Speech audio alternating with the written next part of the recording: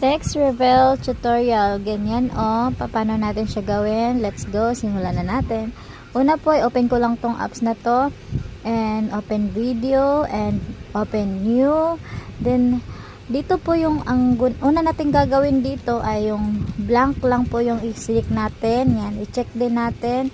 Pagkatapos ay i-remove lang natin tong watermark. Free lang naman po yung pag-remove nito. Ang ganda ng na to guys, apps, kasi kahit wala tayong data or wifi ganun, pwede tayong mag-edit dito.